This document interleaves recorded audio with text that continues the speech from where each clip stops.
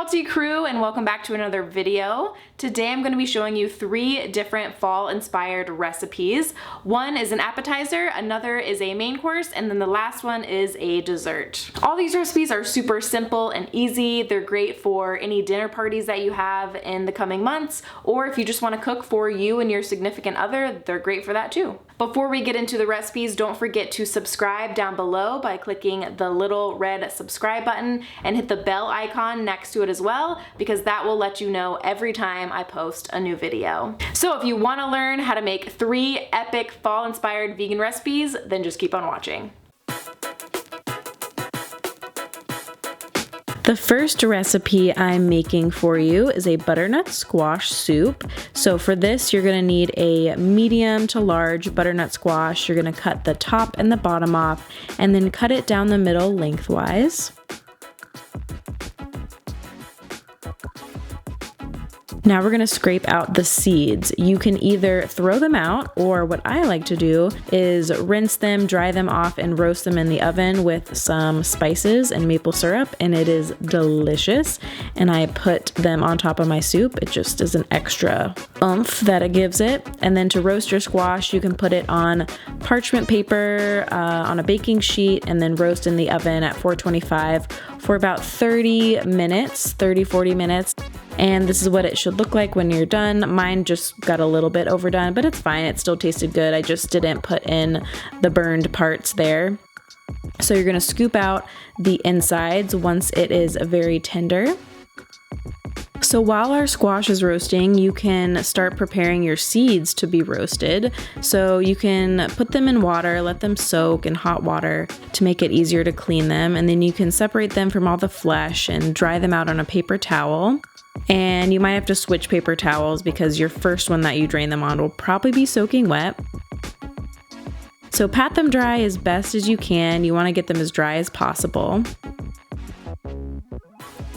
And then you can transfer them to a bowl, and we're gonna mix in some cinnamon, a pinch of salt, and some maple syrup, and mix that together. And then spread out on a parchment paper lined baking sheet.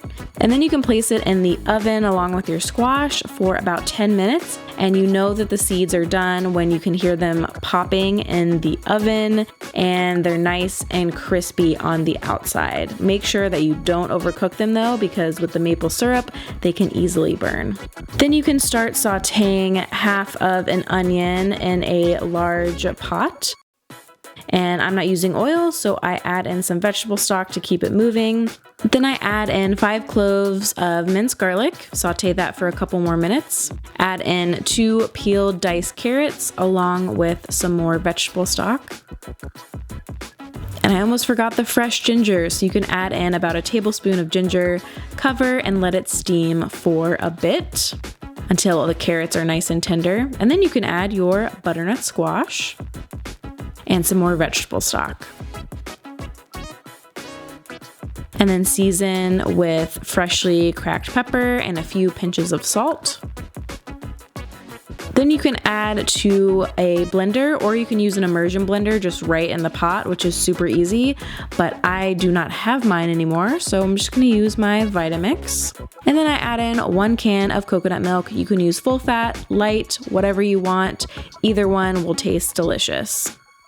To finish off my soup, I like to add on my toasted butternut squash seeds, and it is the perfect flavor combination.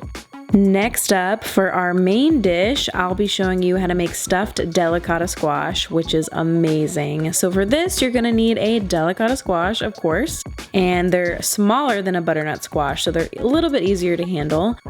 So you're gonna cut it in half lengthwise and then do the same thing, scrape out the seeds and set them aside. And if you want to, you can roast those as well. And you're gonna put them cut side up on your baking sheet and place them in the oven at 425 for 30 to 35 minutes until they are fork tender, or knife tender in my case. Another component of this stuffed delicata squash recipe are all the spices that go into it that make it super flavorful. So for your spices, you're gonna need a 1/4 teaspoon of salt, some cracked pepper, 1/4 teaspoon of thyme, 1/4 teaspoon of fennel pods, 1/4 teaspoon of smoked paprika, a pinch of red pepper flakes, a pinch of cayenne, and a 1/4 teaspoon of sugar. If you are sensitive to spice, you can leave out the red pepper flakes and the cayenne. So you're gonna saute half of a small onion, and I'm adding some water because I'm not using oil. And I saute that for a couple of minutes. Then I add in a handful of mushrooms and 2 cloves of minced garlic.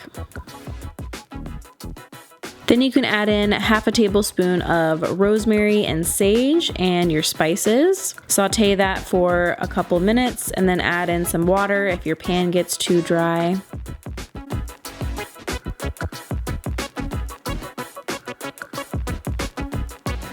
And then I'm adding in 1 cup of kale and 1 cup of brown rice.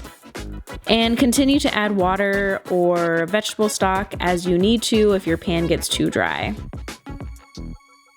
So now that our filling is ready to go, we can go ahead and stuff our delicata squash. So you can fill up your little squash boats with the filling. And I am also gonna make a tahini drizzle to go on top. And I don't have measurements for this. I kind of just feel it out. So I'm adding in to a bowl some tahini along with maple syrup and fresh lemon juice. And you might have to add in some water too to adjust the consistency depending on how thick your tahini is.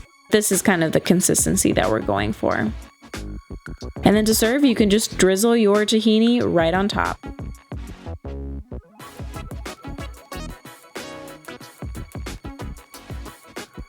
And I also like to throw on some roasted seeds on these too because they just make everything better.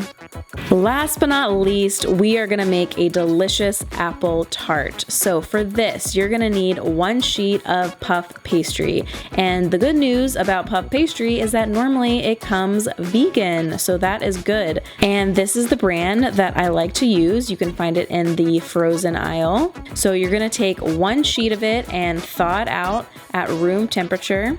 In the meantime, we can make our caramel sauce. So for this, you're gonna need a 1/3 cup of coconut oil, 1/2 cup of maple syrup, a couple teaspoons of vanilla extract, and a 1/2 cup of almond butter. And by the way, I'm using crunchy almond butter for this. You can use smooth, you can use whatever you want. This is just what I had on hand. So that is why you're gonna see some lumps in my caramel. So you're gonna whisk everything together over medium-low heat on the stove. And you don't need to heat it a lot to make it like bubble or anything, just enough so everything mixes together really well. Next up, we're gonna cut our apples for our apple tart. So you're just going to cut thin slices like so and add them to a bowl. Add a squeeze of fresh lemon juice and make sure that you don't drop any lemon seeds in there like I did. And then add some cinnamon, a couple tablespoons of sugar, and mix together until the apples are well coated. Then you can add your puff pastry sheet that has been thawed onto a parchment paper lined baking sheet, as always, and cut into 4 pieces. And I am triggered by this crooked cut that I made. I'm very sorry for any other OCD people out there. My bad.